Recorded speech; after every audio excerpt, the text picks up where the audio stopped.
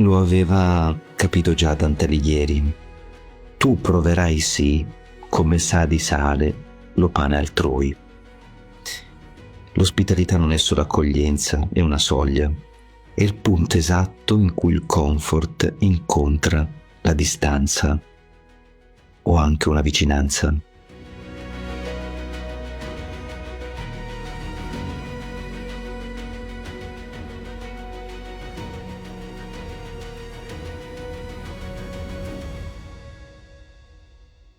Gentile direttore Fontana, buongiorno, benvenuto a Goscon Editorials. Siamo molto contenti di raccontare oggi una nuova storia, un nuovo racconto, un qualcosa che possiamo veramente dire unico e ripetibile, qualcosa che potremo magari lasciare a chi ci guarda e magari far sì che la propria vita possa magari cambiare con un aneddoto. Che promessa ne facciamo? Innanzitutto grazie e benvenuti, sono felice di ospitarvi. Grazie per aver pensato a me. Vediamo di vai a divertirci insieme. Okay, noi abbiamo grandi aspettative, partiamo male perché normalmente over deliver, under promise, over deliver, no? Quindi attenzione, quando l'aspettativa è molto alta diventa molto difficile superarle, quindi noi cerchiamo anche a livello lavorativo di tenerle un pelino più basse, cioè altrimenti non è facile soddisfare l'ospite e superarle.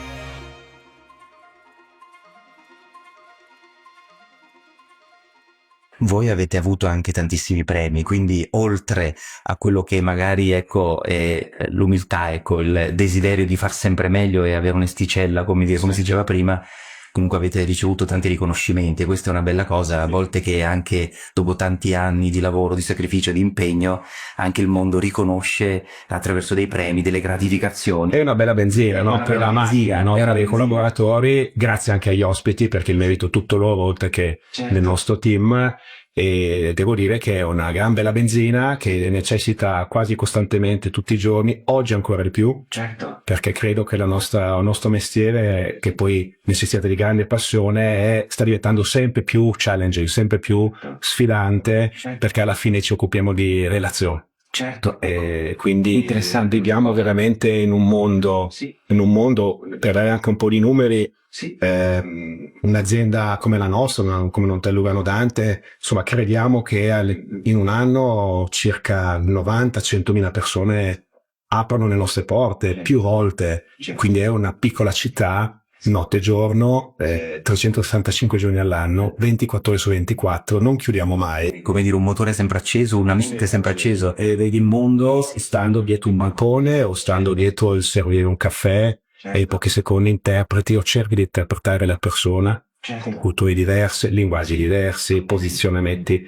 prosenica diversa, quindi sta diventando sempre più sfidante, ma perché noi stiamo diventando sempre più complicanti, no? Tutto quello che stai dicendo adesso potremmo metterlo in un libro, perché ci sono tanti racconti, tanti aneddoti che veramente potremmo veramente, come dire, fare qualcosa di, cioè raccontare proprio una storia, quasi un film si potrebbe raccontare. Un po' più di sé. Poi io è tanti anni che sono nel settore, sono entrato a 23 anni e ho avuto un po' la fortuna di iniziare da zero dal punto di vista della tecnologia, nel senso che sono stato fortunato, ho potuto iniziare nell'azienda di famiglia, sia a Milano che a Lugano, e quindi vedendo anche le due realtà con delle tipologie anche diverse di approccio, la città con la piccola città, vivere l'evoluzione, la crescita, lo sviluppo della città, e non c'è wifi, non c'è assolutamente nulla, e quindi ho avuto la fortuna di iniziare tra virgolette dal nulla e di arrivare all'utilizzo della prima tecnologia, che in quel momento era incredibile, era il famoso PMS, no? Certo.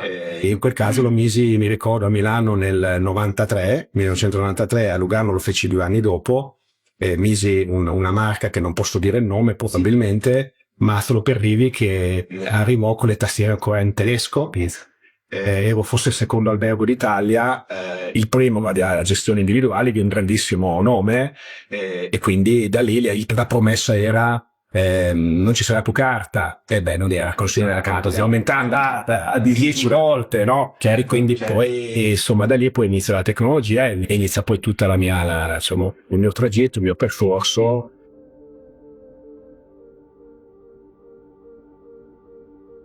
Il lusso non è ciò che aggiunge, è ciò che elimina.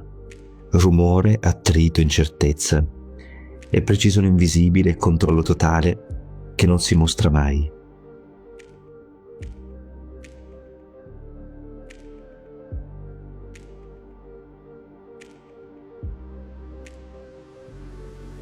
Mi hai detto prima anni 90. Sì. Te negli anni 90 sei laureato in giurisprudenza. Ho 23 anni. 23 anni. Quindi, come dire, si passa quasi da un codice civile a un codice hospitality, come dire, che lei inizia a creare. Ecco, avverto in lei tanta passione, motivazione, innovazione, desiderio di veramente riscrivere quasi questi codici che a quel tempo non c'erano dell'hospitality, ecco.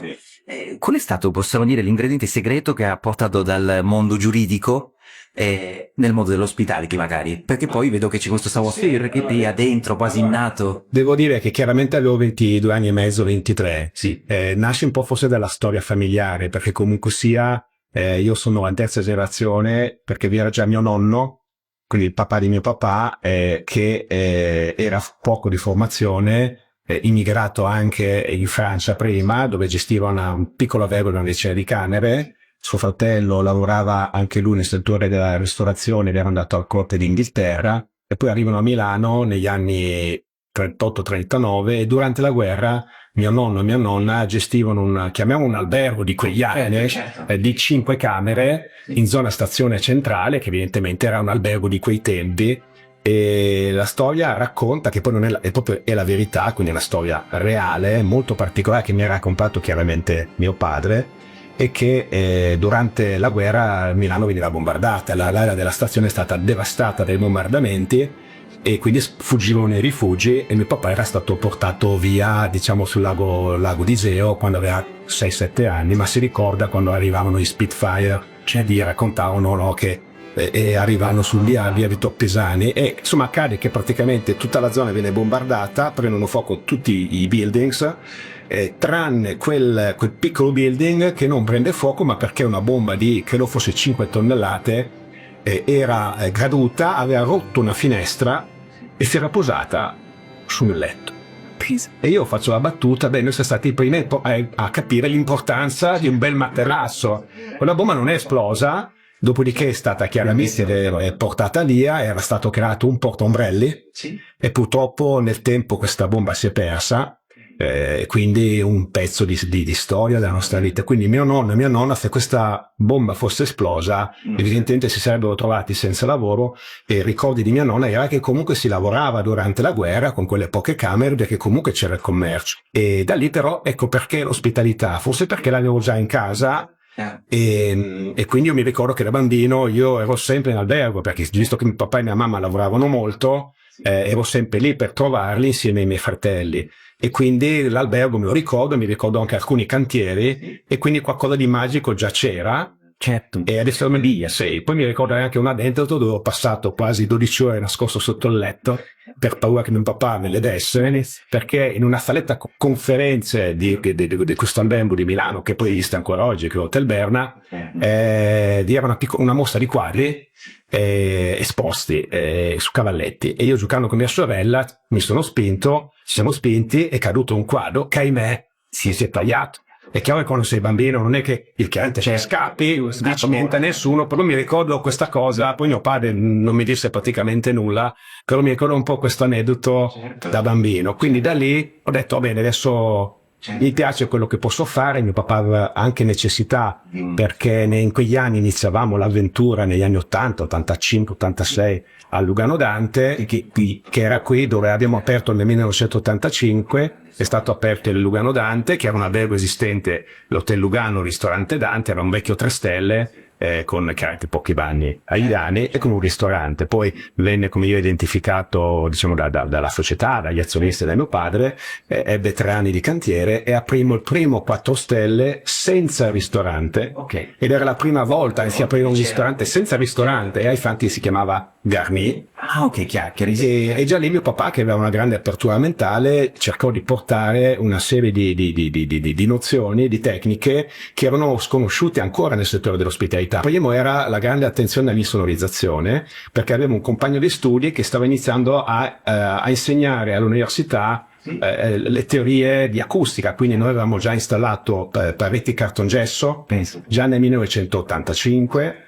Tutti i macchinari erano tutti smolle antivibranti, giunti di separazione, quindi era tutto totalmente, e anche le finestre 42 decibel di assorbimento sonoro. Nel 1985 farli con un'azienda locale, tuttora molto nota, ma su brevetto studiato insieme con 45, quindi da lì mi ricordo che Innovazione. era assolutamente innovazione. Uscia di innovazione, che poi mi sembra che sia il web. Sì, eravamo il primo albergo che io sappia con i 4 tubi.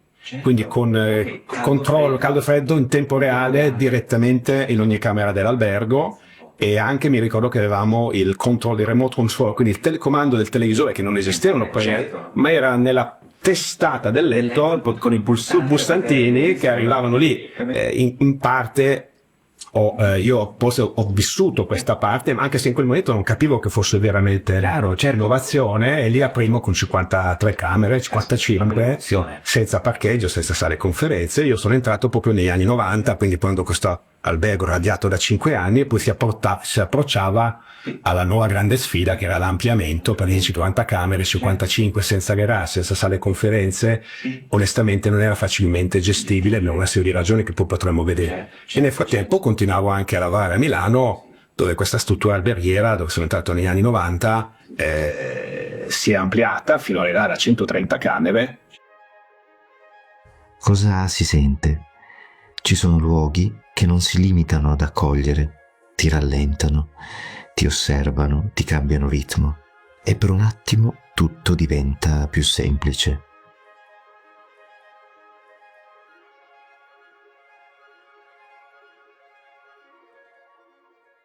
Ma che bella questa cosa, si sembra veramente un laboratorio scientifico e di innovazione, come dire, fatto in casa, ecco, homemade, però comunque con uno sguardo internazionale. L'Hotel Lugano Dante è un albergo di successo con un da 3 camere, stile inglese classico, ma chiuso all'esterno. Di bar dedicato agli ospiti, non avevamo ristorazione, e quindi abbiamo detto, ma siamo in pieno centro, vogliamo diventare quasi una piazza della città, puntiamo sugli ospiti, su chi vive a Lugano, sui luganesi, anche perché è evidente totalmente che poi non è stato inventato da me, ma lo avevo letto ad esempio nel CEO di Accor, che diceva laddove l'albergo è dedicato ai locals, è chiaro che tutto prenderà vita, perché anche chi viene a dormire piace sentire un'energia, mangiare in un ristorante dove non sono solo turisti. Quindi essendo in pieno centro, ma con una porta d'ingresso unica che non è banale, abbiamo deciso di inserire una ristorazione e una mixologia, quindi noi produciamo di fatto i nostri prodotti in casa, no? Quindi tutti, e abbiamo deciso di piazzare il bancone bar in mezzo a una colonna, che lì è stato un disegno dal punto di vista architettonico che è stato su 2 mesi per disegnarlo, a 9 metri lineari, di fronte ai 2 banchi reception che adesso sono in piedi, e prima erano abituati a stare un po' seduti e alzarsi, e quindi anche un disturbo, e ci ha portato a rivolgerci molto alla clientela locale, a aprire le porte. A me sembra qui che invece il racconto sia, come dire, la passione di una famiglia, la passione di una innovazione, la passione di veramente un cambiamento culturale, ecco, che dire, che già si respirava, che ha portato poi a essere quello che oggi è il Lugano Dante, quello che oggi è Carlo Fontana, eccetera, eccetera. Ecco, raccontami un po' di questa evoluzione, perché in effetti le tue corde vibrano molto, ecco, come dire, è veramente una sonata piena di passione, piena di cose, ecco. Quindi questa evoluzione che di solito magari nelle varie carriere c'è, sono partito da cameriere, front office e BD fino ad arrivare a general manager, da te invece sembra proprio che con quel ricordo, ecco, bellissima la pompa nel letto, io sotto il letto, da lì ho capito, cioè quasi veramente un evento quasi spirituale, quasi di vocazione, come dire, no? Che ti porta, ti spinge tutti i giorni in modo quasi naturale, che poi veramente è l'elemento geniale, capisci, nella unicità di cui parlavamo all'inizio, sì, in te. Sì, adesso ricordando, uno chiaramente sono molto debitore verso mio padre e mia madre, perché adesso che ci penso, di fatto a 23 anni mi hanno lasciato quasi carta libera, nel senso che io ho avuto grande libertà di spazio, mi confrontavo con lui, ma su molti aspetti ero molto libero, lo informavo, e condividerò dentro tu certe scelte che ho fatto. E devo dire che i primi anni sono stati estremamente difficili, perché tu entri a 23 anni che sei formato in un certo modo, hai una certa mentalità, ma qui il mondo è completamente diverso. Quindi io mi ricordo che io ho fatto un po' tutti i ruoli, se vogliamo, quindi ho iniziato anche a lavorare un po' alla reception, mi ricordo la grandissima timidezza e i timori che tu avevi quando ti approcciavi per la prima volta ai clienti. Poi io in quel momento non sapevo ancora il tedesco, perché avendo avuto i miei primi studi in Italia ero molto bravo in inglese, un po' francese, quindi ho iniziato un po' a studiarmelo da solo, e mi ricordo che la prima volta che feci andai in libreria in Italia, all'Oepli, e andai sullo scaffale dell'hotellerie e presi un 4-5 libri di marketing, di hospitality, ho iniziato a leggermeli e poi li sottolineavo più volte, e da lì ho iniziato a cercare di darmi un po' una base, e poi ho iniziato pian pianino a avere contatto con le persone e a superare la timidezza, ma ci ho messo tanto delle ritorno. Come avete voi fatto a superarla questa timidezza? Perché è un tema che comunque non tocca solamente te, ha toccato magari tante figure, quindi magari può essere un elemento di spunto per... Allora, sicuramente sul continuare, nel continuare, e devo dire molto anche l'allenamento e la costanza, perché in quegli anni poi imparavo anche a gestire i complaints degli ospiti, che poi diventavano complaints online, e delle volte erano talmente esplosivi, poi vi racconterò, perché siamo stati una delle prime strutture in Europa a ricevere la prima foto su TripAdvisor di una cimice del letto. Per me la cosa più difficile in quel momento è stata proprio quella di imparare a gestire, non solo i complaints che arrivavano, e i primi sono stati veramente molto duri, ma anche la reazione dei collaboratori che dicono: ma com'è? Non eravamo abituati a essere giudicati, e quindi da lì coraggio detto, veramente sei stato veramente temerario. e lì devo dire che noi arrivavamo a avere il maggior numero di commenti online in Italia e in Svizzera. Bene, è veramente come rimetti, perché sembra quasi che questo lavoro abbia formato quasi l'anima del Sarlo Fontana dice il tempo rispetto a quello di oggi. Non c'era nemmeno l'intelligenza artificiale che poteva rispondere in tempo reale a 3 domande o 4 domande, ovviamente gestire una crescita molto personale, ma molto sul campo, perché io adesso ho dovuto fare un passo indietro molti anni fa, essere molto meno operativo, il che mi manca da una parte, ma io in quegli anni conoscevo esattamente tutti i software, ero molto operativo, aperture e chiusure di date, check-in, check-out, il programma che utilizzavamo lo sapevo addirittura programmare, quindi ero entrato proprio nell'operatività. Ci sono fortunato, credo, perché nella mia strada ho trovato che abbiamo dei collaboratori che credono, che abbiamo anche dei valori in comune, un po' come tutte le famiglie. Evidentemente ci sono momenti che vanno o non vanno, e soprattutto quando magari le cose non vanno, non sai come fare a entrare alle camere, perché questo può succedere, e dici: ma cosa sta succedendo? E lì erano i momenti di difficoltà, e cercare di essere uniti, mantenere la retta via.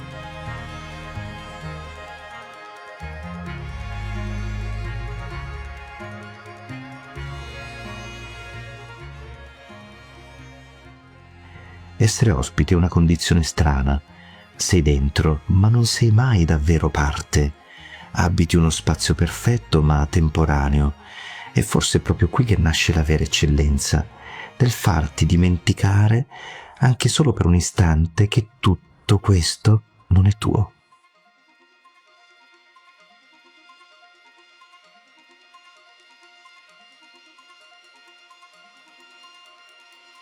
Carlo, guarda, veramente grazie mille per questo percorso che ci hai fatto fare, perché veramente per me è stato veramente emozionante, e avevo gli ultimi 3, come dire, shot da poterti chiedere.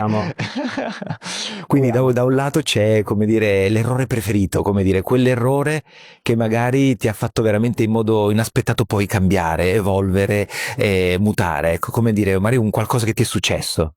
Allora, l'errore preferito, di principio, è quello che puoi rimediare, no? Quindi uno che ti insegna a crescere, Bello. che in qualche maniera puoi provare a rimediare, quindi in 2 modi. Uno, trovando con l'ospite la modalità di scusarsi in maniera totalmente vera, senza dire balle. Sì, Perché che bello questa cosa. uno lo percepisce, Bello. è anche una ammissione: abbiamo sbagliato, ci spiace molto, è accaduto, ma non è un'operazione chirurgica. Integrità, quindi Quindi certo. riconoscere quando c'è un errore, ma non lo chiamiamo errore, ma devo chiamarlo esperienza.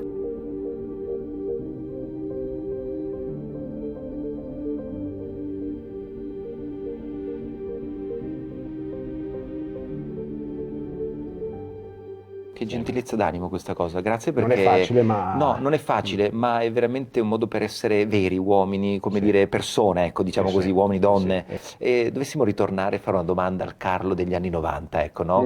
Col senno di oggi. Sì. E di conseguenza è come se facessimo questa domanda e poi la riportassimo ai giovani per far vedere l'hospitality veramente che bella è, come Sì. dire, quella bellezza che c'è dietro. Di cosa diresti oggi al Carlo degli anni 90 quando finì l'università col e senno di iniziò? poi ho avuto un po' la fortuna Sì. che mi ha consentito di entrare direttamente e fare tutti i miei steps. È una grandissima libertà e di essere in un momento in cui le cose stavano arrivando e avevo un po' un approccio di grande curiosità. Certo. Sicuramente ai giovani è di fare esperienza, di muoversi un po' e soprattutto di andare all'interno di strutture che tu percepisci, che ti danno valore a cui tu puoi dar valore, quindi che certo. c'è quell'atmosfera e quella tipologia di miglioramento continuo, questo atteggiamento non alla critica, al puntare il dito continuo, ma errore al fine di, e non errore perché ho fatto l'errore, perché è importantissimo che tu possa crescere e poi di mantenere sempre la mentalità molto molto aperta, la grande curiosità, non dare mai nulla per scontato perché basta una piccola idea Certo. che magari è una scritta su uno specchio per fare una differenza totale, quindi tanta curiosità, tanto ascolto e contornati di persone con cui ti trovi bene. Bellissimo questa cosa. Quindi tu dici, come dire, abbiate un'attitudine, un atteggiamento da viaggiatori curiosi Sì, e perfetto. date Sì. quello che avete dentro i vostri E talenti. vedete se ricevete. E se ricevete. Perché se date Bellissimo. solo ma non Certo. ricevete... Sì, è una cosa che bisogna farsi una domanda, Perfetto. Bellissima questa cosa. Cosa ci vorresti raccontare che magari non hai raccontato, il Carlo un po' segreto, che magari o un sogno nel cassetto, o un qualcosa che Ma sai, hai nel Carlo, cuore? il segreto è che io, ahimè, io dovunque vado, vedo qualcosa e dico, cavolo, questo verrebbe bellissimo, un albergo. E per me è anche bello da una Bellissima questa parte, cosa. ma io non mi fermerei mai, cioè io, Certo. se avessi perché poi alla fine i basics dell'hospitality sono quelli. Uno deve la location, Sì. se la città tira, Sì, uno fa il chiaro. 95, il meno bravo fa 70. Certo. Ma io vedo spazi, dico, me lo immagino, sì, e questo è bello da una parte, ma dall'altra parte dico, ma calmati, anche perché l'ospitalità è un po' la mia vita, quindi Chiaro. è come se vivessi in Se vivessi, albergo, sei però immerso. poi c'è anche il valore della vita che va avanti, tu dai per scontato ed è anche importante valorizzare il proprio tempo libero. Certo. E noi spesso abbiamo poco tempo libero, ma come me tanti altri colleghi c'è veramente poco tempo libero, il telefono sempre acceso, notte e giorno, è sempre sul chi va là, e questo è imparare invece a valorizzare la propria persona, la la vita. vita. Perfetto. Ma guarda che bello questa chiusura, perché da un lato tu racconti quello che anche in cui io credo, in cui noi crediamo, che è questo desiderio di portare la bellezza nel mondo dell'hospitality. Sì. Quindi quando tu guardi questa domanda, come vorrei, che bello, c'è questa passione, questo desiderio, come dire, innato E di poi non cultura riesco a della farlo, mi bellezza. manca, E ti no? manca, Cioè, esatto, esatto. perché non Ma ne ho posso già, farlo? non è che Ne ho ne già, ho. no, immagino che... Quindi questa cosa è una cosa bellissima, perché comunque come imprenditore vuol dire che sei sempre attento, sei sempre vigile a delle opportunità, delle occasioni. Troppo, e quindi troppo. Ma troppo. Però Vabbè. ecco, non bisogna mai mollare, come dire, questa scintilla, perché è quella che ti tiene vivo, è quello che fa diventare Carlo È lì, Fontana. me la sono trovata. Me la son trovata. Me la devo gestire. Casualmente la devo gestire adesso. Dai. Vabbè. Quindi veramente io ti sono grato, Grazie a voi. veramente, perché il tuo racconto mi ha emozionato, veramente è stato bellissimo, un racconto veramente vibrante, come le corde quando si accorda uno strumento che veramente sono tese e poi fanno un suono bellissimo. Quindi veramente grazie, perché io mi sono sentito coinvolto all'into della tua storia. È stato anche grazie a te perché mi hai messo a mio agio. No, ti ringrazio. È stato un colloquio quasi tra amici, quindi È veramente ci conosciamo un po' di tempo, ma certo, ci siamo grazie di conosciuti in cuore. maniera un po' diversa. Veramente Grazie a voi, a chi ci vorrà ascoltare. Assolutamente, perché è assolutamente. un tomone lungo. Ma... Lo renderemo frizzante, perché è stata Dai. frizzante questa conversazione, quindi veramente ti auguriamo veramente che i tuoi sogni possano continuare a crescere e tu come E anche imprenditore, per voi come di cuore. come imprenditori e Certo, professionisti. certo, prima che- grazie di cuore, che grazie di cuore. imprenditori. Carlo, di nuovo, Grazie a te, buona giornata, grazie mille, ancora, grazie a te. presto. Grazie. In fondo l'ospitalità è un paradosso, ti accoglie senza mai appartenerti davvero, ti protegge ma non può trattenerti. Lo sapeva già Dante Alighieri quando parlava del pane altrui e delle scale che non sono le tue, perché in effetti ogni luogo, anche il più perfetto, rimane sempre una soglia, e forse è proprio qui che si misura la vera eccellenza, non nella ricchezza degli spazi, magari non nemmeno nella precisione dei dettagli, ma nella capacità, rara, secondo me, di sospendere questa distanza, ecco, di farti sentire, anche solo per un istante, non un ospite, ma parte di qualcosa, e poi lasciarti andare, senza rumore, senza peso, come fanno un po' i luoghi che non hai mai posseduto fino in fondo, ma anche in qualche modo ti restano dentro per sempre.